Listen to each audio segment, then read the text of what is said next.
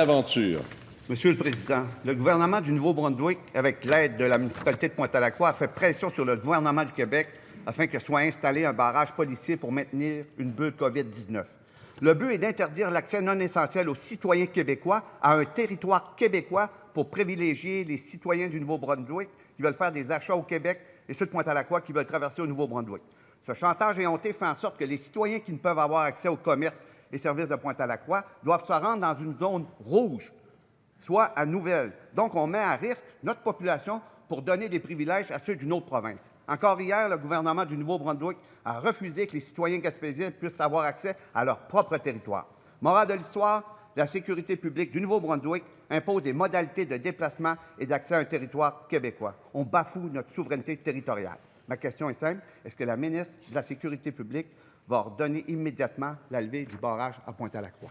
Madame la ministre de la Sécurité publique. Merci, Monsieur le Président. Bien, effectivement, il y avait un décret ou un arrêté, là, je suis certaine, là, enfin, une décision qui avait été prise de notre gouvernement à la demande du maire de Pointe-à-la-Croix, c'est important de le préciser, à la demande du maire de Pointe-à-la-Croix, qui, avec la communauté de l'Estigouche, voulait être intégré à la bulle atlantique, la bulle avec le Nouveau-Brunswick, pour permettre aux résidents de Pointe-à-la-Croix et de l'Estigouche de pouvoir continuer d'aller au Nouveau-Brunswick sans problème et revenir. Il y a entre autres des gens qui vont à l'école, qui travaillent et tout ça, et qui vont dans les commerces. Donc, c'était à la demande de l'élu local que nous avions instauré cette bulle avec le Nouveau-Brunswick pour que les gens puissent continuer de traverser d'une province à l'autre, évidemment, en accord avec le Nouveau-Brunswick.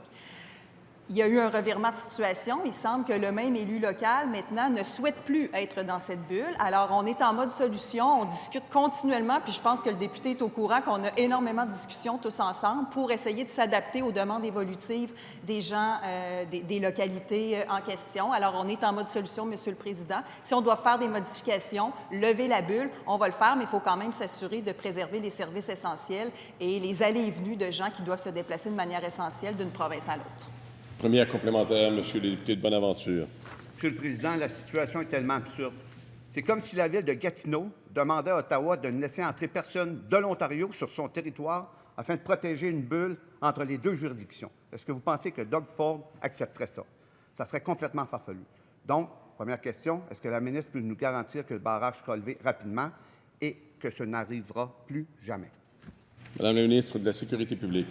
Oui, bien merci, Monsieur le Président. Je ne suis pas certaine de comprendre ce que le député de Bonaventure trouve absurde. Je viens de lui expliquer qu'il y a eu une première demande de la municipalité de Pointe-à-la-Croix pour être intégré dans une bulle avec le Nouveau-Brunswick. Et là, il y a eu une modification de la demande de la même municipalité. Donc là, Monsieur le Président, nous, il faut qu'on s'adapte aux demandes des élus locaux. C'est le coin du député de Bonaventure. Il devrait savoir un peu la teneur des discussions et l'évolution des discussions dans les derniers jours. Mais chose certaine, Monsieur le Président, nous, on est très ouverts, on est très à l'écoute. On inclut d'ailleurs le député de Bonaventure dans ces nombreux échanges. Alors, si on doit faire des changements, on va les faire. Il y a eu un arrêté, pour préciser, c'est un arrêté ministériel qui a instauré la bulle. Si on doit lever la bulle, on va le faire. Il faut juste s'assurer que les déplacements essentiels puissent